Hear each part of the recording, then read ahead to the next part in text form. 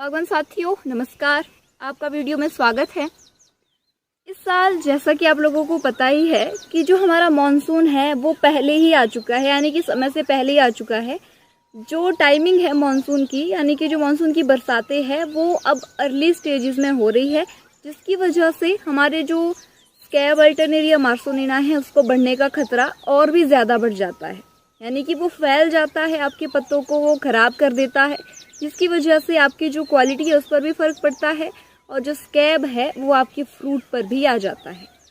तो हम इस वीडियो में बात करने वाले हैं कि कैसे हम इसको टैकल कर सकते हैं, क्योंकि प्रॉब्लम पहले आई है तो फिर इसके लिए सॉल्यूशन भी अलग से होगा। हमें कुछ ज़्यादा चीज़ों का ध्यान रखना होगा अपने बगीचे में, ताकि हम इसको कंट्रोल में रख सके, इसको हम ज़्यादा फैलने ना दें, जिसकी वजह से अगर ये एक बार फैल गया फिर कंट्रोल कर पाना बहुत मुश्किल काम है।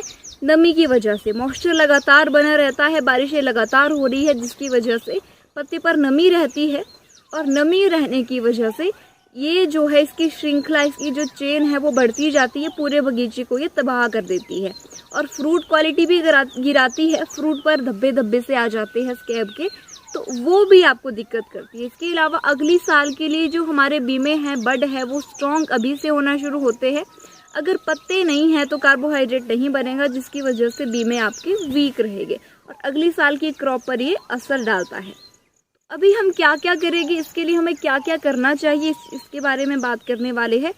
सबसे पहले, अगर आपके बगीचे में अभी तक नहीं आया है स्कैब अल्टरनेरिया मार्सोनिना, तो आपको सबसे पहला काम क्या करना है, आपको जो आपके पौधे की कैनोपी है उसको ठीक करना है, उसको सही करना है। उसको आप कैसे कर सकते हैं, बेंडिंग आप कर सकते हैं।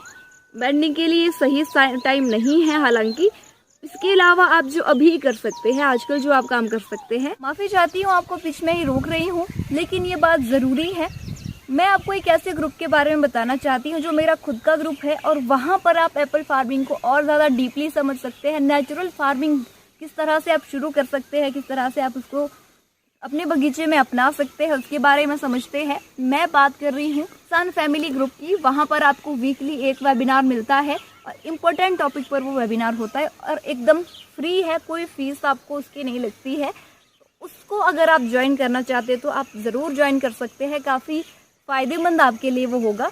तो नीचे कमेंट बॉक्स में मैं लिंक दे करके रख रही हूँ, लिंक पिन किया हुआ है, लिंक पर क्लिक करके आप ग्रुप को ज्वाइन ज़रूर करें। वो है कि आप समर प्रूनिंग कर सकते हैं, यानी कि जो अनवांटेड शूट्स होते हैं, जो अनवांटेड अवांछित ब्रांचेस होती है, उसको आप निकाल सकते हैं, थिन आउट कर सकते हैं, ताकि धूप ज़्यादा से ज़्यादा अंदर पहुंचे। जैसे धूप अभी जिस समय पर सूर्य निकल रहा है, जिस समय पर सूर्य की किरणें पड़ रही है, उस टाइम पर आपकी जो धूप की किरणें हैं वो अंदर तक पहुँचे और आपके पत्ते सूख जाए।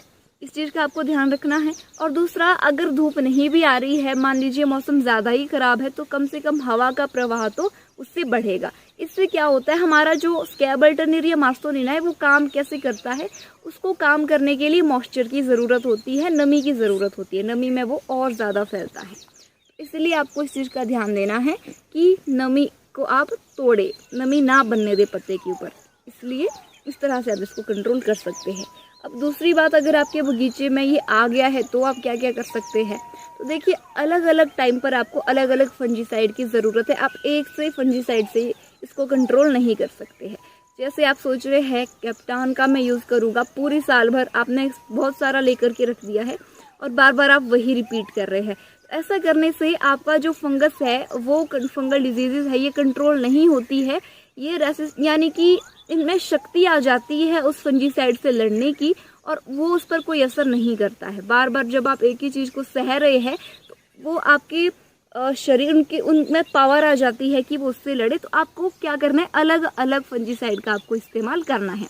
जैसे जून से जुलाई में आप स्कैब के लिए ज़ाइनेब जो है उसका इस्तेमाल कर सकते हैं, और जो अल्टरनेरिया है उसके लिए मैनकोजेब का इस्तेमाल कर सकते हैं। उसके बाद अगस्त से सितंबर के बीच में आप जो डोडीन है उसका इस्तेमाल कर सकते हैं, कैप्टान है उसका इस्तेमाल कर सकते हैं। इसके अलावा जो भी फंजीसाइड है, आपको अलग अलग फंजीसाइड की स्प्रे करनी होगी, ताकि इसकी जो आदत है फंगस को ना लगे, आप इसको अच्छे से कंट्रोल कर पाए।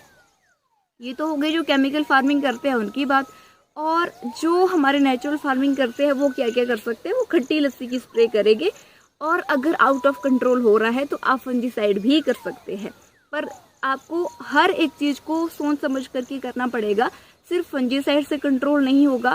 सिर्फ आपका अगर आप सोच रहे हैं कि मैं फंजीसाइड की स्प्रे टाइम टू टाइम करता रहूँगा तो कंट्रोल, ऐसा नहीं है। आपको कैनोपी पर भी ध्यान देना पड़ेगा। इसकी जो चेन है उसको आपको ब्रेक डाउन करना पड़ेगा, तोड़ना पड़ेगा। इसके लिए आपको कैनोपी पर ध्यान देने की मेन सबसे ज़्यादा ज़रूरत है।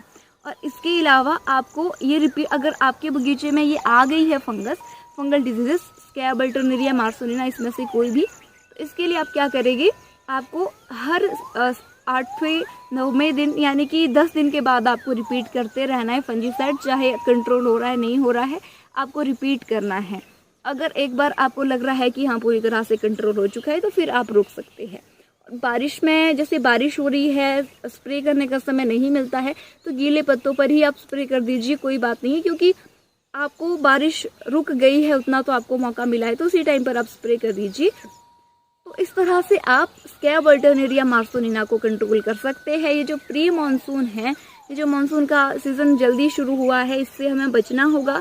लगातार बारिश से हमें बचना होगा। तो इस वीडियो को ज़्यादा से ज़्यादा बागवानों तक शेयर कीजिएगा ताकि सभी को इसके बारे में पता चल सके। और इसी तरह की और जानकारी के लिए फेसबुक पेज को आप फॉलो कर सकते हैं। और इसके अलावा मेरा ग्रुप है किसान फैमिली, उसको आप ज्वाइन कर सकते हैं। लिंक नीचे कमेंट बॉक्स में आपको मिल जाएगा। जल्द ही मुलाकात होगी अगली वीडियो में किसी और नई जानकारी के साथ। तब तक के लिए मुझे आज्ञा दीजिए। नमस्कार।